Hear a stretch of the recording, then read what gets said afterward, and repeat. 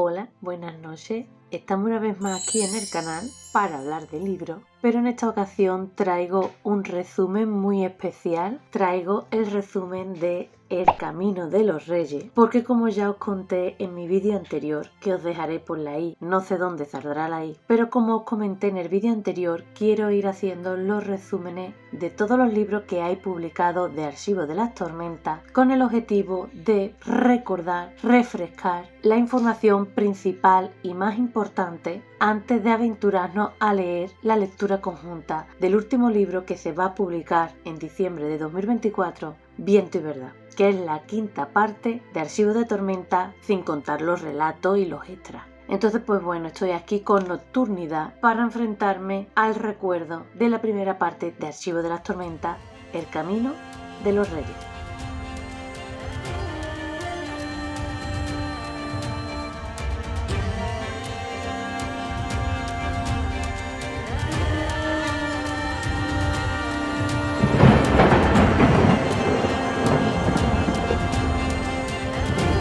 Pues bien, lo primero que he hecho es volver a ver todos los vídeos que yo grabé en agosto de 2020, cuando realicé la lectura conjunta de El Conmere, tal y como estaba en aquel año, y grabé una serie de videoblogs semanales y cada semana correspondía a una tanda, a una parte de lo que es la novela del Camino de los Reyes. No solamente estoy yo en esa lista de reproducción, porque también os la dejaré por la i. Esa lista de reproducción contiene todos los videoblogs, todos los comentarios, reseñas de las personas que estuvimos participando en la lectura conjunta de los Sanderson Express de allá de 2020-2021, y yo los recopilé ahí en esa lista de reproducción y quien quiera lo puede ver. A mí me ha dado mucha nostalgia ver esos vídeos porque he recordado el grupo de los Sanderson Express, he recordado muchísimas cosas de la novela, pero también al hacer videoblogs semanales y estar aquí en casa, mi vida cotidiana, pude recordar que estábamos en plena pandemia de COVID también. Bueno, habíamos salido del confinamiento, ¿no? Pero todavía estábamos ahí con los coletazos del COVID en el verano. También pude recordar pues a mi hijo chiquitito, con 2 añitos y medio. La vida, ¿no? La vida tal y como la teníamos, Tim y yo, en aquella época. También hay vídeos de Tim participando en la lectura conjunta de los Sanderson Express, porque es que lo pasamos súper bien. Seríamos alrededor de unas 20 personas y fue una lectura conjunta que disfrutamos muchísimo, que compartimos con muchas ganas, y me está dando dolor de muñeca.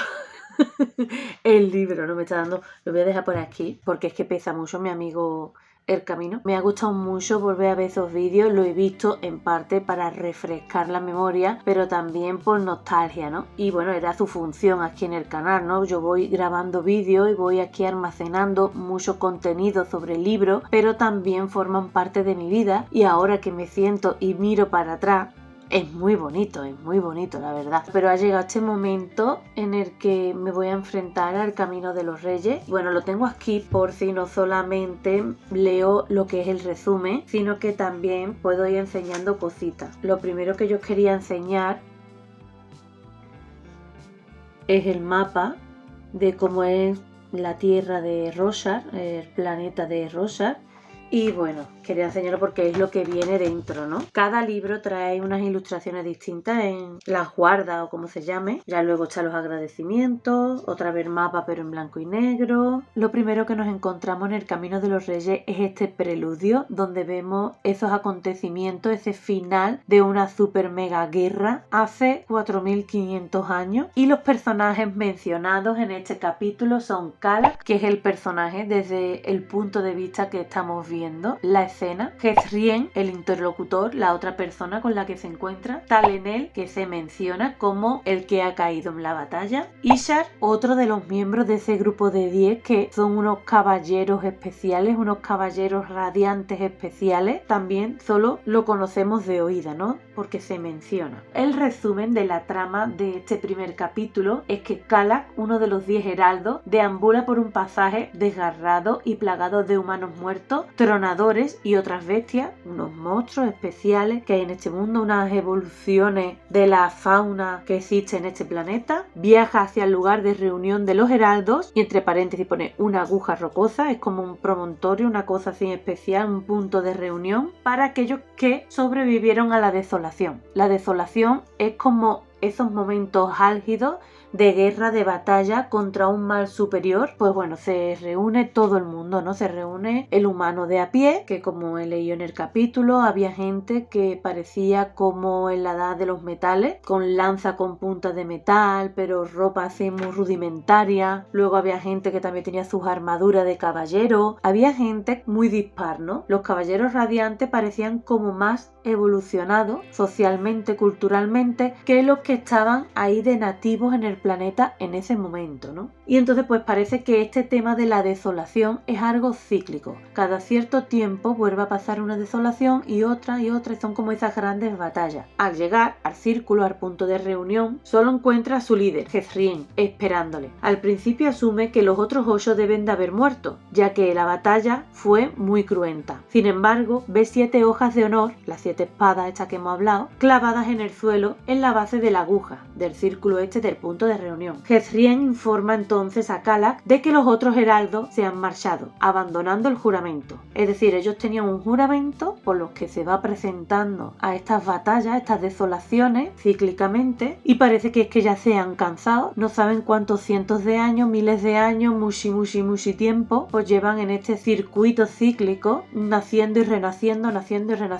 siempre para ir a la batalla y volver a morir. Entonces en este preludio lo que somos testigos es de ese momento en el que deciden abandonar el juramento porque están cansados, porque están agotados, porque están quemadísimos, ¿vale? Demostrando así que aunque parecen que están más evolucionados socialmente y culturalmente y mágicamente, en el fondo son personas normales y corrientes. Kalak admite entonces que no puede volver al lugar de las pesadillas. Se entiende que el lugar de las pesadillas es ese sitio donde están entre una desolación y otra. Es como a donde van cuando mueren, ¿no? Jezrien le dice entonces a Kalak que renuncie también a su espada. Es hora de que el juramento llegue a su fin. Esto deja a Talenel, el que mencionan que ha muerto en la batalla, como el único heraldo solo para mantener el juramento y como único sufridor del dolor y la tortura en el reino de espera.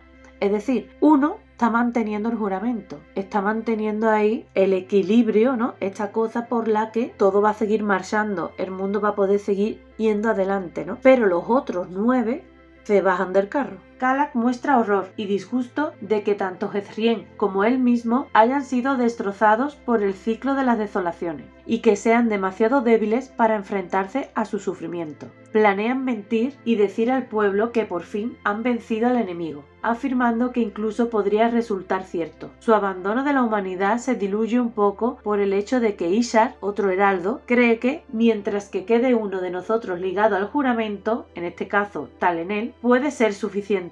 Existe la posibilidad de que acabemos con el ciclo de las desolaciones. Jezrien señala que la humanidad también cuenta con los radiantes. Los radiantes son estas personas que ha dicho que tienen sus armaduras brillantes, que son como más especiales que el pueblo llano que iba con lanza, con un poquito de metal y con 4 trapos. Finalmente, tanto Jezrien como Kalak invocan sus espadas y las clavan en el suelo, junto con las otras 7. Parten en direcciones opuestas a lo largo del árido paisaje, jurando seguir sus propios caminos y no buscarse el uno al otro ni a ninguno de los otros heraldos. Cuando Kalak abandona el anillo de espada, mira hacia atrás y observa un único lugar libre, el lugar donde debería haber ido la 10ª espada. Kalak siente una profunda pena y vergüenza por la ausencia de Talenel y piensa para sí mismo: perdónanos, mientras se aleja. Y hay una anotación aquí de lo que es el preludio. Estos son unas anotaciones del propio Sanderson, ¿vale? Pasados esta parte, tenemos libro primero, 4500 años más tarde. Y ahora vemos otra vez un mapa, en esta ocasión de Aleskar, de una capital muy importante. Y pone aquí mapa de Aleskar e inmediaciones, creado por los reales exploradores de su majestad Gavilar Kholin, hacia 1167. Y ahora viene el mencionado prólogo donde Set o Set, como se pronuncie, es el protagonista, vemos desde su punto de vista y va a matar al rey. Hay una cita que pone: el amor de los hombres es frío, un arroyo en las montañas a punto de congelarse, somos suyos. Oh Padre Tormenta, somos suyos. Solo faltan 1000 días y la eterna tormenta viene.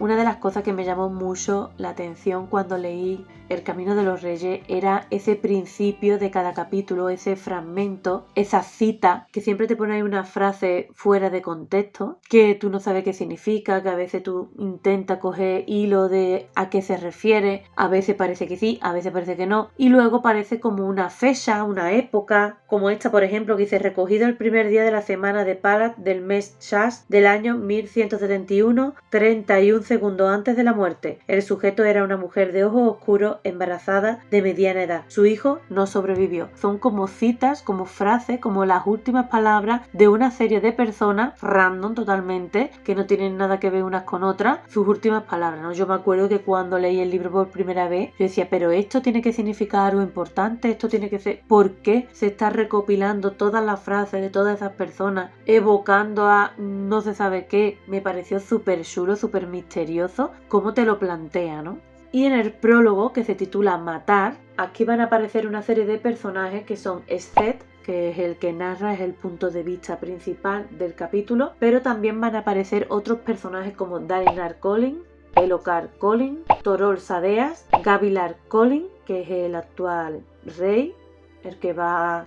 Hasnak Kholin solo se va a mencionar, Jezrien solo se va a mencionar, Ishar solo se va a mencionar, Kalak solo se va a mencionar, Talenel solo se va a mencionar, Shalash solo se va a mencionar, Taidakar solo se va a mencionar y Restares solo se va a mencionar. Y el resumen de la trama es que 4500 años después del capítulo que hemos leído, Seth, un asesino sin verdad, Shin, espera tranquilamente en una gran sala observando cómo los Alesi celebran la firma de un tratado de paz con los Parshendi, dos razas que existen en este mundo. Abandona la sala observando que sus amos pronto se retirarán. Seth viste de blanco por orden de estos, para seguir sus tradiciones y que el rey Gavilar pueda verle llegar. Cuando llega al exterior de los aposentos del rey, Seth utiliza sus habilidades como potenciador para abrirse paso entre los guardias. Es decir, hace esas magias que cambia la gravedad, la orientación, arriba abajo, en los lados,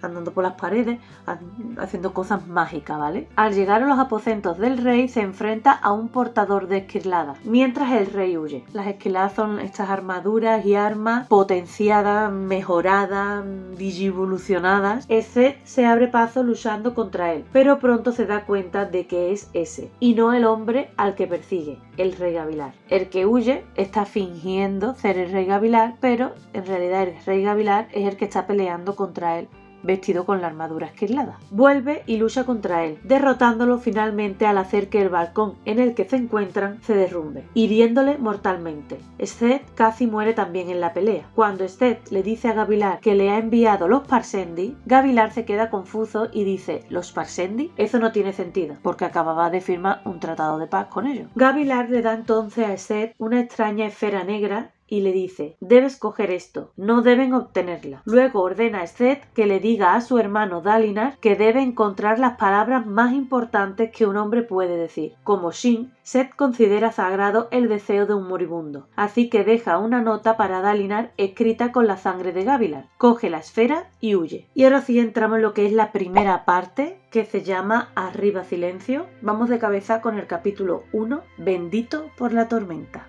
Otra vez nos pone una frase ahí fuera de contexto de otra persona que está en su lecho de muerte, sus últimas palabras. Me habéis matado, hijos de puta, me habéis matado.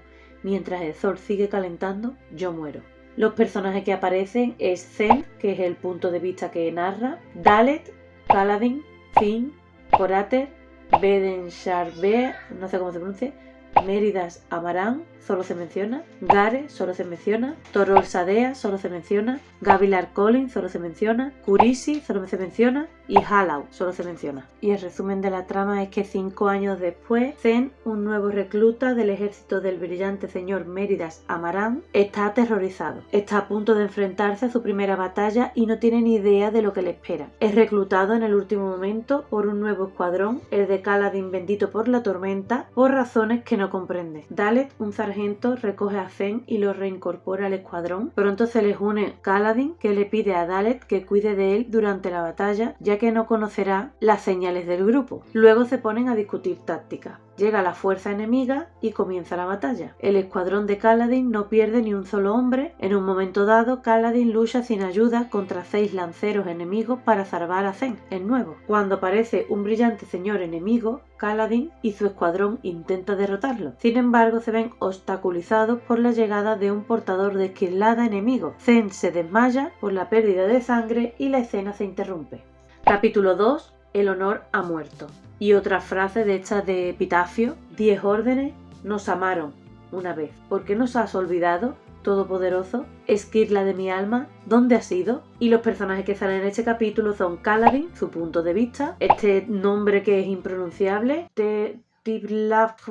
no sé pronunciarlo. Blunt, Sil, Lirin, solo se menciona. Zen, solo se menciona. Dalet, solo se menciona. Tux, solo se menciona. Y Tien, solo se menciona. Y el resumen de la trama es que 8 meses después de lo acontecido en el primer capítulo, Kaladin es ahora un esclavo en una caravana, esperando a ser vendido y luchando por conservar su capacidad de no pensar como un esclavo. Cuando otro esclavo le plantea la posibilidad de escapar, Kaladin le dice bruscamente que no tiene intención de hacerlo porque nunca lo logrará. Un segundo esclavo se acerca a Kaladin y le pregunta cómo llegó allí. Cuando Kaladin no responde, los otros hombres cuentan sus historias. Con el tiempo se descubre que Kaladin mató a un hombre, pero la razón por la que es esclavo es que no mató a otro. Kaladin juega distraídamente con una hoja de ruina oscura, contemplando la posibilidad de usarla para envenenar a Tirblak, ese nombre que es impronunciable, su comerciante de esclavos, porque la ruina oscura es una planta venenosa que crece en este planeta de Roshar, ¿vale? Un aviento Spren, en forma de joven esbelta, de apenas un palmo de altura, habla con Kaladin y quiere saber qué es la ruina oscura. Kaladin se sorprende de que ella sepa su nombre.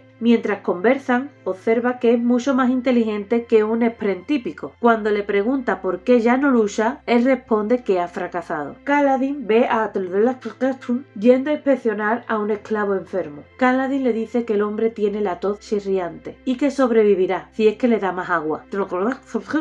Esta persona aparta al hombre del resto de los esclavos y Kaladin cree que va a darle agua. En lugar de eso, Blunt asesina brutalmente al hombre. Kaladin está enfadado por no haber podido salvarlo. En su ira por el asesinato del otro esclavo, aplastó la ruina oscura contra los barrotes del carro, perdiendo la mayor parte de ella. Capítulo 3. La ciudad de las campanas. Y la frase del epitafio de este capítulo es: un hombre se encontraba en lo alto de una montaña, contemplando su patria hundirse en el polvo. Las aguas se arremolinaban abajo, muy abajo, y oyó a un niño llorar. Eran sus propias lágrimas. Y los personajes que salen en este capítulo son Shallan Dabar, que es su punto de vista, Tozbek, Yab, Hasnak Colin, solo se menciona, Elokar Colin, solo se menciona, Lindabar, solo se menciona, y Balam, solo se menciona.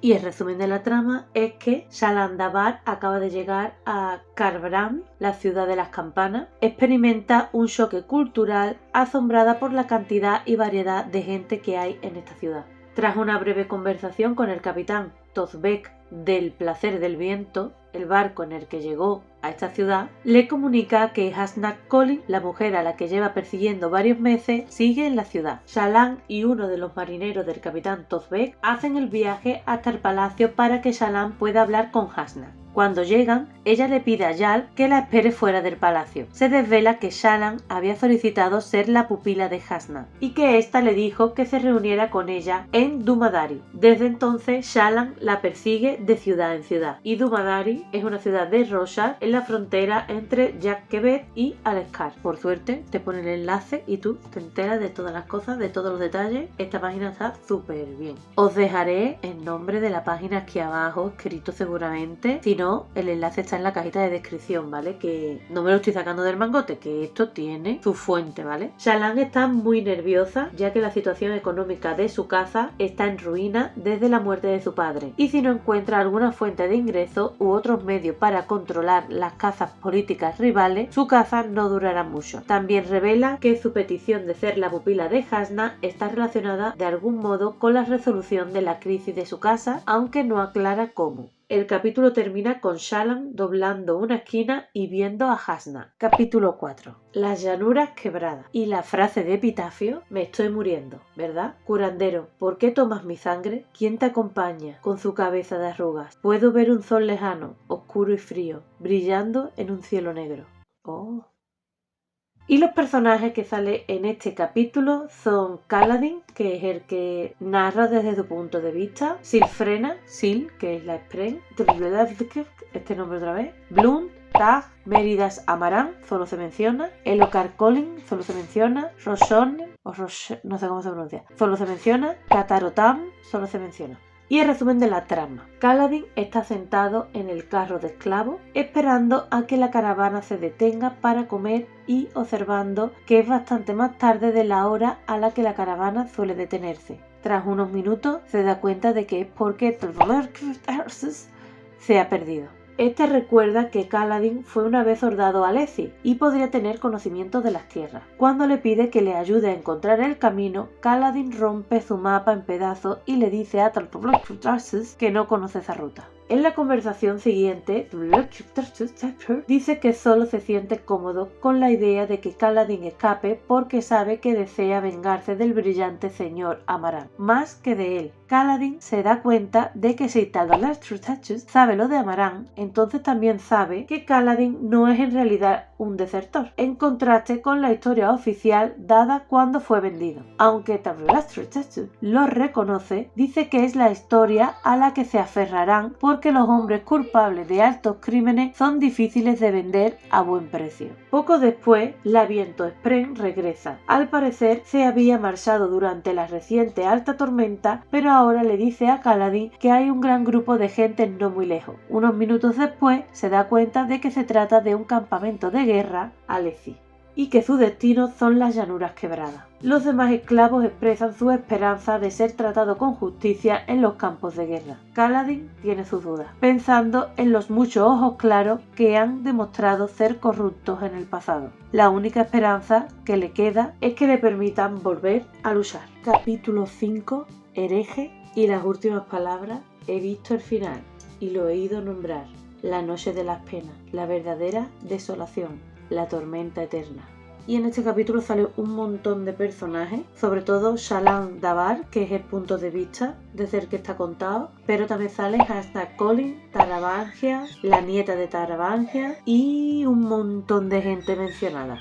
Y el resumen es: cuando Shallan conoce a Hasna Collin por primera vez, admira a Hasna como la belleza ideal. Alta, de piel bronceada Alesi, con una larga melena oscura, está hablando con un hombre que Shallan identifica más tarde como el rey Taravangian de Kharbran. Hasna y Taravangian parecen estar negociando algo, aunque Shallan no puede saber el qué. Cuando empiezan a caminar, Hasna le hace señas a Shallan para que la siga. Tras una conversación preliminar, Hasna menciona que, como Shallan ha sido tan persistente en buscarla, escuchará su petición de ser su pupila. Shallan se sorprende, pues creía que ya había sido aceptada como pupila de Hasna. Se produce una larga conversación sobre el nivel de educación de Shallan, en la que se decide que Shallan tiene una habilidad deficiente en la mayoría de las asignaturas. Es muy buena en la ciencia, destaca en el dibujo y la escritura, las artes femeninas, y es tristemente deficiente en historia y filosofía. Llegan a la entrada de una habitación que ha sido bloqueada por una gran piedra caída. Shallan se da cuenta de que la nieta del rey está atrapada en la habitación y Hasna planea utilizar su moldeador de almas para quitar la piedra a cambio de acceder al Palaneo. El Palaneo es la mayor biblioteca conocida de Roshar, situada en Kharbran. Hasna funde el alma de la piedra, transformándola en humo. El rey recupera a su nieta y cuando se lo pide, acepta llevar a Hasna al Palaneo. Hasna rechaza a Shallan como su pupila por su falta de educación en historia y filosofía. Shallan se siente frustrada, pero decide perseverar. Es entonces cuando Shallan revela que desea convertirse en la pupila de Hasna, no por afán académico, sino para robarle el moldeador de almas y así ayudar a la recuperación de las finanzas de su familia. Intenciones oscuras. Capítulo 6. Puente 4. Y la cita es: tengo frío, madre, tengo frío. ¿Madre? ¿Por qué puedo seguir oyendo la lluvia? ¿Cesará? Y los personajes que se ven en este capítulo es el punto de vista principal de Kaladin, pero sale otros personajes como el Bloom, Tag, Hassal, Gav, Silfrena, Gavilar Collin se menciona, Laral se menciona, Mérida Hamarán se menciona, Lamaril se menciona, Torol Sadea se menciona y Dalinar Collin se menciona.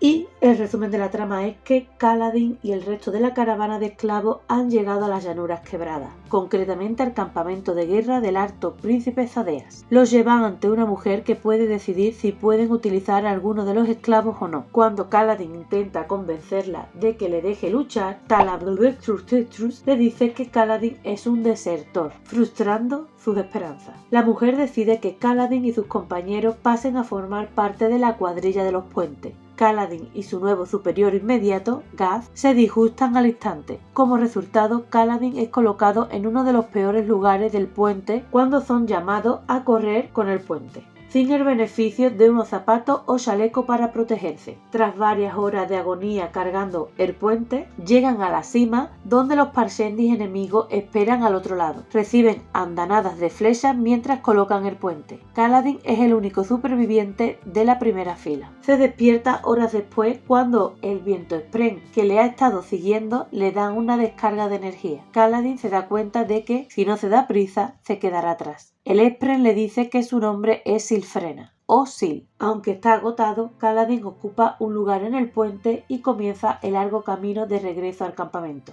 Capítulo 7. Cualquier cosa razonable.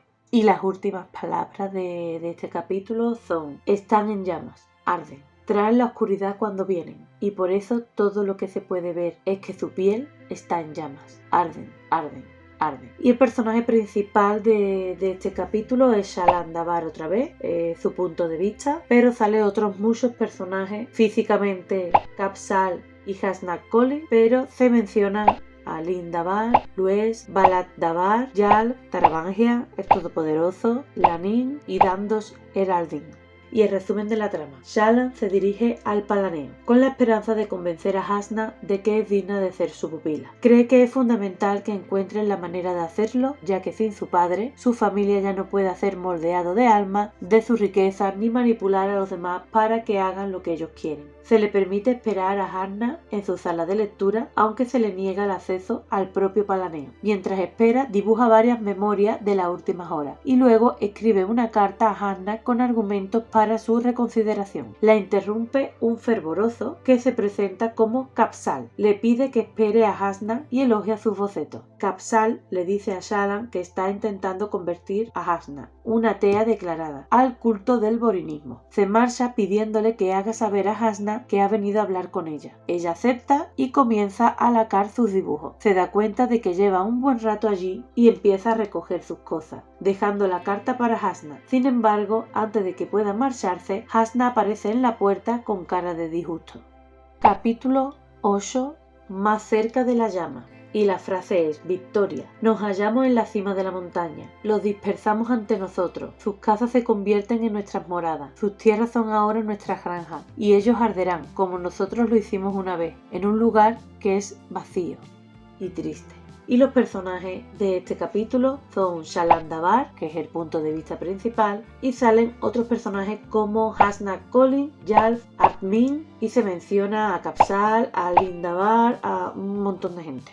Y el resumen de la trama es que Hasna regaña a Shallan diciéndole que ya había tomado su decisión y Shallan se avergüenza de haber molestado de nuevo a Hasna y se marcha. Sin embargo, al cabo de unos instantes Hasna la vuelve a llamar y se disculpa con ella y le da la bolsa de dinero que Shallan había dejado atrás. Shallan le pide a Hasna que lea la carta que le había escrito para ella anteriormente y Hasna está impresionada de que sea autodidacta y accede a aceptar a Shallan como su pupila una vez que haya aprendido adecuadamente filosofía e historia. Shallan se alegra, pero le preocupa no poder aprender lo suficientemente rápido para salvar a su casa. Shallan sale del cónclave y se encuentra con Yal, que ha estado jugando con algunos guardias. Yal insiste en que tiene suficiente talento para ser aceptada si fuera más persistente, así que decide comprar un montón de libros de historia y filosofía y volver a empezar a estudiar de inmediato. Planeando impresionar a Hasna con su rápido aprendizaje justo antes de que Hasna abandone, Carbran. Sin embargo, al poco tiempo es interrumpida por Hanna, que había pagado a los sirvientes para que le dijera si Shallan regresaba al Palaneo. Hanna pide ver la mochila de Shallan. Cuando encuentra los bocetos de Shallan con notas sobre biología, le pregunta por qué los hizo, a lo que Shallan responde que quería hacerlo. En última instancia, es el hecho de que Shallan se dedique a estudiar en su tiempo libre, junto con su persistencia, lo que convence a Hanna de aceptarla como su pupila. Shallan reflexiona que ahora ha completado la primera fase de su plan, pero que ahora necesita descubrir cómo llevar a cabo el resto sin ser descubierta. Capítulo 9. Condenación. Y la frase es: 10 personas, con hojas esquirladas encendidas, delante de una pared roja y blanca y negra. Y los personajes principales de este capítulo es Kaladin, desde su punto de vista, Silfrena, Gaz, Larés, Torol Sadea se menciona, Lirin, Tien y Zen se mencionan. Y el resumen de la trama es que Kaladin lleva ya entre 2 y 4 semanas como miembro de la escuadrilla de los puentes. De los 25 que sobrevivieron a su primera carrera en el puente, solo otro hombre sigue vivo. Llegan unos cuantos recién llegados y Kaladin ve a un joven que le recuerda a su hermano pequeño Tien. En general, Kaladin está llevando mal la transición a la vida como miembro de la cuadrilla del puente y se muestra brusco con Sil y abatido. Sil se va, incapaz de seguir observándolo en su estado actual. Los equipos de los puentes son llamados a otra carrera y el chico que le recordaba a Tien es asesinado, así como el único hombre que queda de la primera carrera con el puente de Kaladin. Kaladin piensa para sí mismo que está muerto por dentro y luego comienza a llorar, tocando fondo. Y vamos a continuar donde lo dejamos anoche, capítulo 10. Historias de cirujanos. Y los personajes principales son Kaladin, porque está visto desde su punto de vista, Lirin, Sani, y luego se menciona una serie de personajes que son un montón, ¿vale? Y el resumen de la trama es que 9 años antes, Cal, su apodo de niño, ayuda a su padre, Lirin, a tratar a un joven llamado Sani. A lo largo de la operación, reflexiona sobre el trato diferente que recibe su familia debido a la profesión de su padre. Cuando terminan de amputar el dedo corazón de Sani, Lirin le pregunta a Kaladin por qué ha tardado en llegar, y este le responde que estaba con un chico llamado Jam aprendiendo a usar la lanza. Esto provoca un debate entre Kaladin y Lirin sobre los méritos relativos de ser soldado o cirujano. Lirin responde a la afirmación de Kaladin de que es posible salvar vidas matando a otros, con la afirmación de que hacerlo es como intentar detener una tormenta soplando más fuerte. Finalmente, Kaladin simplemente deja de discutir y vuelve a limpiar la habitación. Lirin le interroga sobre varias cosas que debe saber un cirujano y luego le dice que planea enviarlo a Carbran para que se forme con los cirujanos de allí si encuentra la manera de hacerlo. Lirin también le dice que está increíblemente dotado para la cirugía y que no debería desperdiciar su tiempo como soldado. Este capítulo 10 es un capítulo de flashback y ahora volvemos al presente con el capítulo 11, Gotas. Y la frase de epitafio, que antes en el capítulo anterior no hemos tenido, pero ahora volvemos a nuestras últimas palabras antes de morir. 3 de 16 gobernaban, pero ahora el roto reina. Y los personajes que aparecen en este capítulo: Kaladin como punto de vista principal, y luego tenemos otros personajes como Gaz, Silfrena, Tev, y se menciona a Lirin, a Tien, a Mérida Hamarán, no muchos personajes. Y el resumen de la trama es que Kaladin está fuera justo después de una alta tormenta, yendo al abismo de honor para suicidarse. Gaz lo detiene, acusándolo de intentar robar las esferas que otros dejaron fuera en la alta tormenta, pero Kaladin simplemente lo ignora y se va. Justo cuando Kaladin está a punto de adentrarse en el abismo, Sil reaparece, portando una única hoja de ruina oscura que había traído con la esperanza de hacer feliz a Kaladin. Cuando Kaladin expresa su frustración por sus anteriores fracasos a la hora de proteger a la gente, Sil le convence de que lo intente de nuevo, argumentando que los hombres del puente van a morir de todos modos, así que sus esfuerzos no pueden hacer daño. Kaladin vuelve al campamento y ataca a Gaz, tirándole al suelo. Le exige a Gaz que le haga jefe del puente 4 y que le dé a Kaladin el control total del mismo. A cambio, Gaz recibe una quinta parte del salario de Kaladin. Kaladin entra entonces en el barracón y empieza a preguntar los nombres de los demás guardias, dándose cuenta por primera vez de lo patéticos que son todos. Y ahora hemos llegado a la parte de los interludios porque hemos terminado lo que es la primera parte. El primer interludio es de Isik, no sé cómo se pronuncia la verdad. Y los personajes que aparecen en este interludio: Isik, el punto de vista, Taspik, Mai, Brusco, Gruñón, Pensador y Hoi, que solo se menciona. Todo el mundo sabemos quién es Hoi, ¿vale? Resumen de la trama. Isik, un pescador de lago puro, vuelve a casa tras una larga jornada de pesca. Después de hacer una pausa para hablar con Taspik, se encuentra con Mai, una mujer del lugar que lleva años intentando que se case con ella, tratando de mantenerlo en deuda, sobre todo dándole comida. Isik intenta contrarrestar sus esfuerzos llevándole pescado que le cura los dolores de articulaciones. Tras una breve conversación con Mai, Isik va a reunirse con un grupo de extranjeros. Estos le preguntan si tiene alguna información nueva para ellos, e Isik le dice que ha estado en muchos pueblos de la zona y que ninguno de ellos sabe nada del hombre que buscan los extranjeros, que se revela como Hoi. Los extranjeros, todos altamundos, a saber, de Mous, de Scandrial, Galladón de Sel y Baon de Taldain, discuten entre ellos durante un rato y luego dejan a Isik con sus pensamientos. Interludio número 2. Nan Balat.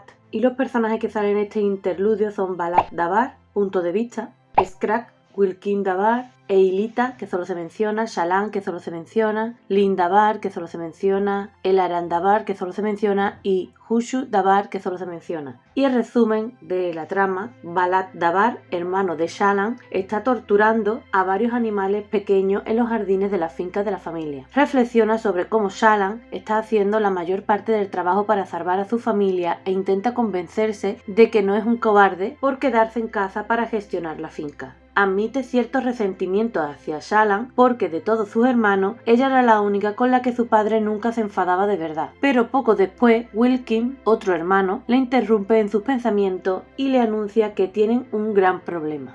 Interludio 3. La gloria de la ignorancia. En este interludio aparece otros personajes. Cada interludio está protagonizado por personajes que no son los de la trama principal, como Kaladin, Shalan, Dalinar más pa'lante, sino que son otros personajes, otros puntos de vista, otras cosas, ¿no? Y en este interludio el protagonista es Seth, el que vimos en la intro, iba a decir la intro, pero la intro no es. Seth, el que vimos en el prólogo, y está desde su propio punto de vista, pero también aparece Tok, Tom, Amark, y se menciona a Abado, a Gavilar Collin y a la vigilante nocturna. Y el resumen de la trama es que Seth está ahora al servicio de un hombre llamado Tok, o Tuk, o como se pronuncie, que lo utiliza para ganarse la admiración de los trabajadores de las minas y bebidas gratis en los pequeños pueblos por los que pasan. Como demostración de la total obediencia de Seth, le hace varias cosas como saltar y cortarse el brazo.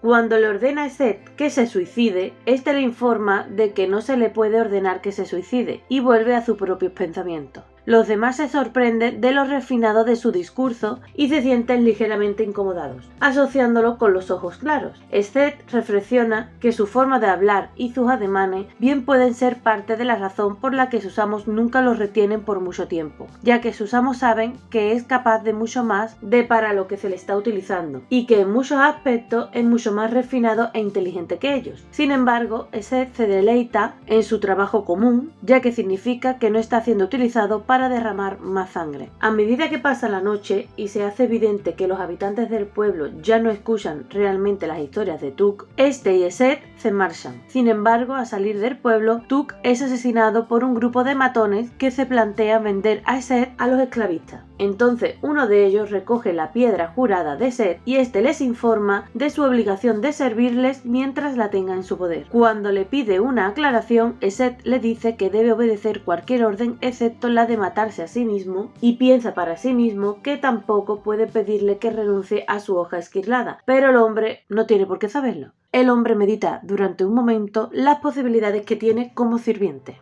Y hemos llegado al final de esta primera parte y he decidido que voy a cerrar aquí este primer vídeo porque está ocupando más minutos de lo esperado, porque al principio hace la introducción, la presentación, el resumen de todos los capítulos, también el interludio, se está haciendo bastante largo y entonces creo que va a ser más ameno si hago un vídeo por cada parte, fraccionarlo en vídeo que sea más o menos media hora, 40 minutos, que no un vídeo que sea duran 2 horas y pico, ¿no? Entonces, pues bueno, voy a parar aquí y nos vemos en el siguiente vídeo, donde hablaremos en principio de la segunda parte, de la segunda tanda de este libro del Camino de los Reyes.